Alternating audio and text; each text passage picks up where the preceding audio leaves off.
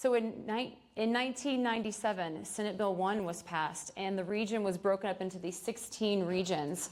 And Hereford is at the very top of Region O, the Llano Estacado Regional Water Planning Area. There's 16 regions, and this, again, all in this 21 counties, the major water supply, no surprise to all of you, is the Ogallala Aquifer. The 2020 census had the region's population at 500,000. 500,000 people live here. It's a lot of people. If you're like, oh yeah, that's not a lot of people that live there. That's a lot of water to supply to the people and to all the industry that they support.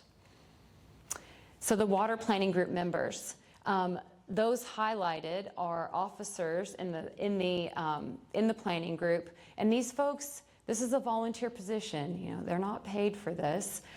Chris mentioned Dr. Ken Rainwater at Texas Tech. He's the chairperson of the Llano Estacado Regional Water Planning Group. And then Jim Steyert represents environmental interests on the planning group, and it represents agricultural interests. There's also cities and counties, electric generation, industry that have representation on these groups. And just some background in case folks aren't familiar with what these groups do. They have no regulatory teeth. Robert Mace was talking about GCDs, having cutbacks and allocations, but these water planning groups, it was the state's goal to have a bottom-up approach to water planning. And so I helped prepare those plans for the members based on what they know. He said, talk to some leaders, they'll know what's going on with their water supply, and that's exactly what we do at this regional water planning group level. So that regional water planning group process is what we've discussed, looking at the demands, the existing supplies, and then the difference between those two is the shortage or the need, and then developing strategies to meet those needs. And that's developed at the regional scale, and then those 16 regional water plans become part of the state water plan. Bless you. So underneath that picture, it says Region O has the greatest volume of irrigation need in the 2022 state water plan. So you'll look, this is a really fascinating figure from the 2022 state water plan. And you might think, oh, that's 4 years old. But right now they're producing the 2027 state water plan, so that will be out shortly. But in the 2022 state water plan, you look at Region O, that teal color, that's irrigation. So Region O had, also, I want to mention the size of the pie. That's the amount of water use. So you see the size of the circle. Region O, large water user. It takes a lot to grow all the food for, Chris mentioned the beef, but then also all the food and fiber. So Region H, I want to point that one out. So Region H is Houston. The red, and Region C is Dallas-Fort Worth. Large municipal water use, right? It's very large municipal water use. But then also a lot of manufacturing, that's the yellow color, and then still some irrigation. They still have irrigated crops like rice farmers and things like that down along the coast. The smallest region is Region P, and I actually live in Region P. I live in Hallettsville, Lavaca County. Lavaca is Spanish for the cow. There's lots of cows there, like there are here. So City of Hereford, long-range water supply plan, again, developing the projections, evaluation of the current water supplies, looking at the future water supply needs and strategies evaluated, and then developing this long-range water supply plan. So what does that look like for Hereford? There's two different bars here by decade. So what we're looking at as far as what the Texas Water Development Board population estimate was and what Hereford's population estimate is. And that's based on, again, like Hereford knowing what is happening. Like we anticipate some industry coming in and population growing at a little bit faster rate than what the Water Development Board estimated. And then the population, of course, rolls into what water demands are. And you'll see here it's a larger difference. Now that larger difference, that's industry. That's not people moving in. That's cavernous expanding.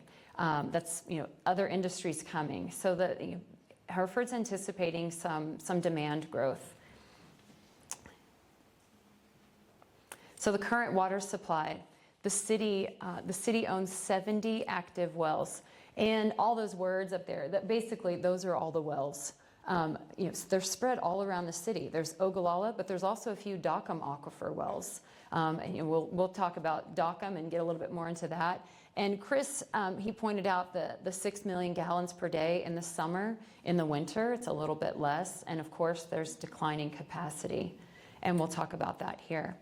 So this is all data from the Water Development Board, which can also be accessed on the High Plains Water District website as well. But these are just wells from around the Hereford area, just garnering data from the Water Development Board and highlighting that blue well, which was from right before the drought of the 1950s. The data starts for that well, and there's a 100-foot drop through about 2000 to now, and it's plateaued. Why is it that particular well plateaued? Maybe it's not economically feasible to pull from that well, but they've all experienced a drop.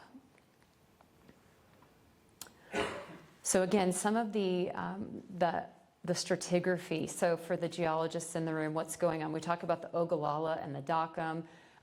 Robert Mace mentioned the red beds. Well, those red beds are right at the Dockham. So in Hereford, Ogallala, the depth to water, just looking around at the High Plains Water District website, there are still some places where it's 80 feet to water, rare, but then there's some places where it's 280 feet to water. And I know that those of y'all that live here, like you know that. And then the Dockham, about 600 feet here. Now, city of Lubbock, let's go look at the next slide.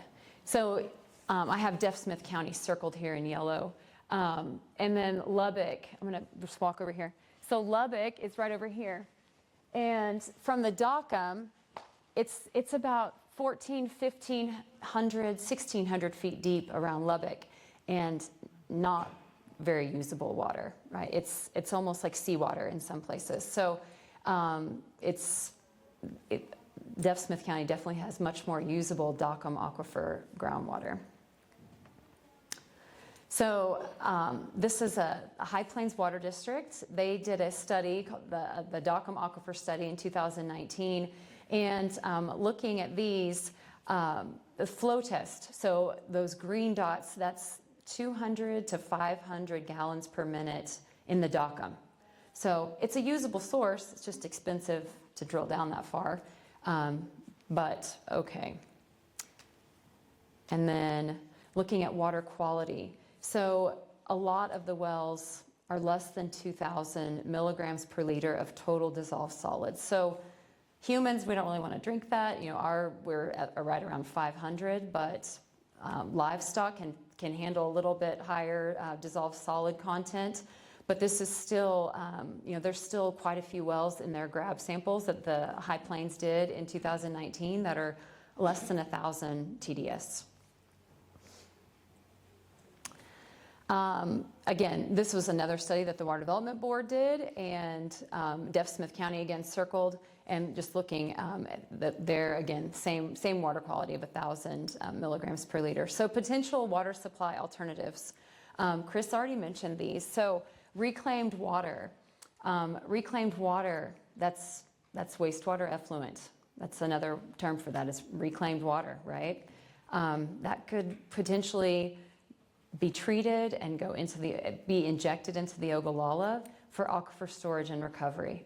Now, some people who have heard of that before say, well, that's going to get stolen by irrigators, like City of Hereford wouldn't be able to recover that. Well, there are ways where you can put your recovery wells, if there's a calculated drift, if you inject here, you have your recovery wells here if the water's flowing this way, right? So it's not, there's ways to combat, like, oh yes, it's going to be stolen if the City of Hereford injected their reclaimed water into the Ogallala. And the other way to get around that is injecting that into the Dockham. Now that would be expensive, right? Because the Dockham is a lot deeper.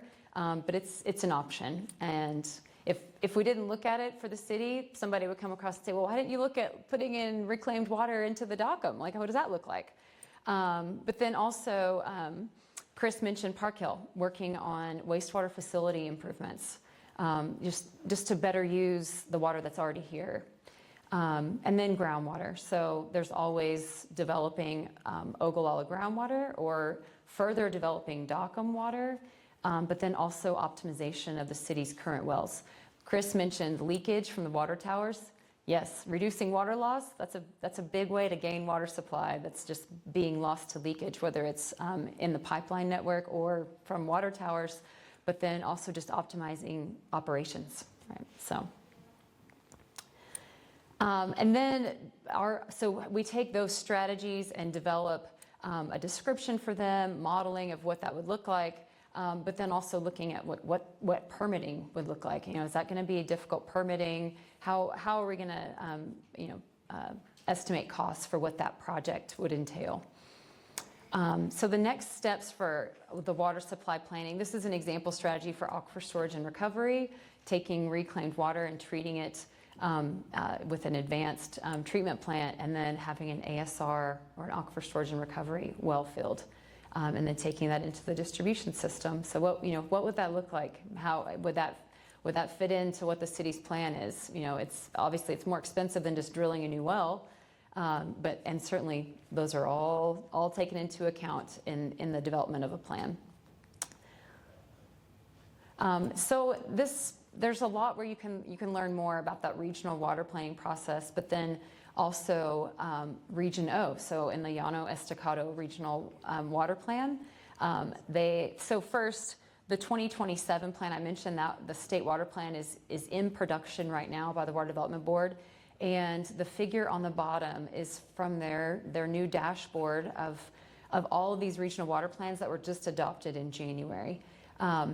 But I want to point out that the two crossing lines there. So the teal line, again, is irrigation, and the red line is municipal water demand. And you see right about 2050, those cross. So this is for the whole state. So on the y-axis, those are really big numbers, right? It's like 9 million acre feet per year is the demand for the whole state. And irrigation is currently larger, but that's, expected through lots of different reasons, like economics and just the manufacturing demand and the municipal demand of what's coming, and municipal demands increasing through 2080 for the planning horizon. And then Region O has the lanoplan.org, and if you click on the Get Involved tab, you can view your city's population, demands, and supplies there on that website.